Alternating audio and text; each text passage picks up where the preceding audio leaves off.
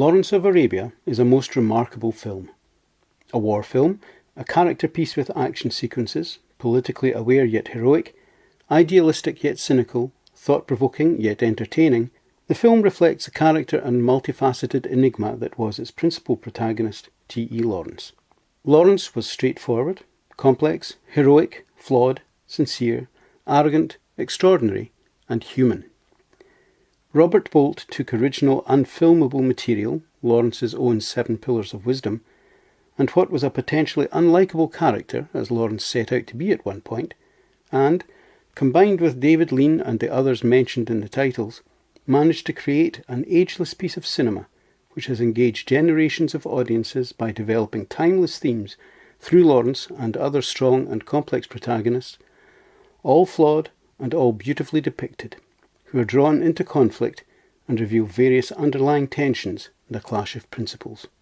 Bolt's script is literate and concise, while David Lean's direction is storytelling par excellence, enhanced by emotive music and stunning cinematography. Flashy, attention-seeking techniques are eschewed in favour of long, subtle and telling shots, which enhance the storyline and character development, which are clearly the stars of the film. Performances probably don't come any better than this.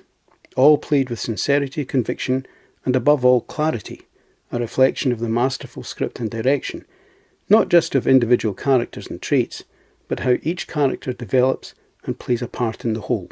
The film presents us with Lawrence's development from an apparently bumbling and rather arrogant misfit to a cohesive force in war to a disillusioned failure. It also presents a clear portrait of the complexity of the man, his strengths, his weaknesses, his successes, and his failures. Lawrence was clearly driven. He was a highly intelligent and well-educated idealist whose faith in himself drove him to acts of great courage and daring, but also led to an excess of confidence and a fall from grace. His belief in the cause of Arab unification was visionary, and may even have surpassed that of the Arabs themselves, but his idealism failed to take into account the inherent difficulties of unifying a group of nations too diverse and too proud to be able to work together effectively, a situation brilliantly depicted in the meeting of Arab leaders after the taking of Damascus in the film. Lawrence's story underlines the potential impact of the individual on a situation or on history itself.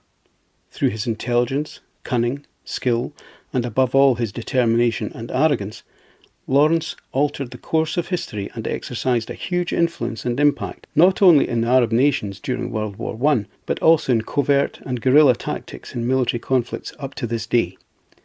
However, the film also clearly depicts, and this is a theme common to much of Robert Bolt's work, the heavy personal price paid by Lawrence himself. After his interrogation at the hands of the Turks in Deraa, Lawrence appears to have lost much of his self-confidence. Ego is essential to success, but if the ego you have built up comes crashing down, along with the image you have projected of yourself, and which you may even have come to believe yourself, you may be crushed and become unable to function when faced with the inevitable truth of your own human weakness and vanity.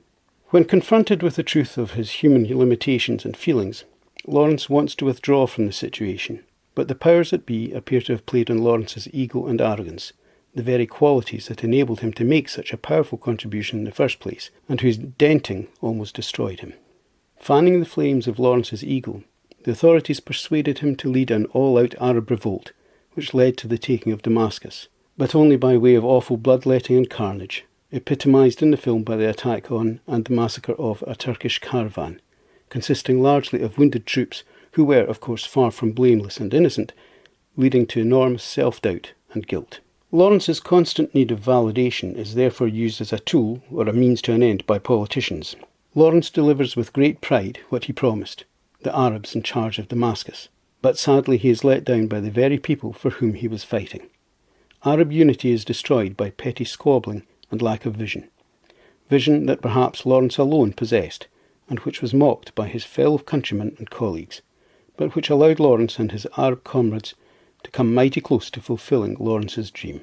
More worldly and experienced politicians knew better, of course, and having used Lawrence and his qualities of leadership, inspiration, sincerity and idealism to help achieve their apparently common goal, they were there to profit from the disintegration of the winning side, and set about extending financial and political interests, benefiting their own nations, where Lawrence had sought to establish another.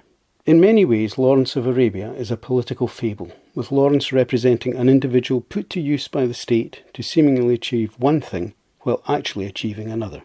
At the end of the film, Lawrence appears shattered, more than just physically, but emotionally and morally as well.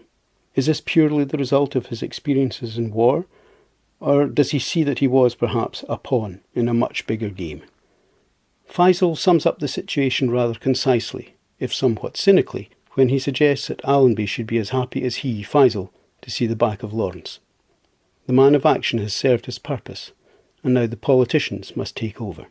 Along the way, themes such as friendship, loyalty and racism are dealt with most effectively, all combining with the depiction of Lawrence's character and political opportunism to provide an unforgettable and stimulating tale of adventure, idealism and sad reality.